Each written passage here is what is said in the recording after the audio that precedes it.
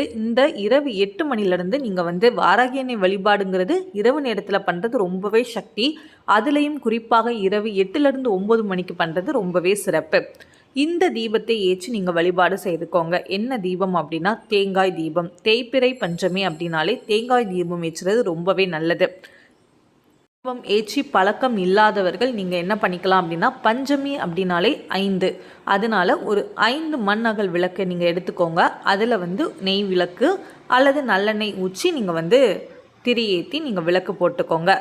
5 வெற்றிலை வைத்து அதுக்கு மேலே வந்து 5 மண் அகல் விளக்கு வைத்து நேராகவும் நீங்கள் வந்து விளக்கு ஏற்றிக்கலாம். அப்படி இல்லைன்னா நீங்கள் வந்து ஒரு தட்டத்தில் வந்து வெற்றிலைகளை வைத்து அப்படியும் நீங்கள் வந்து விளக்கு ஏற்றிக்கலாம். அது உங்களுடைய விருப்பம்.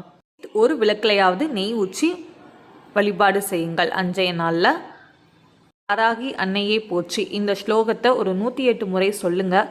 கண்டிப்பாக முழு நம்பிக்கையோட பக்தி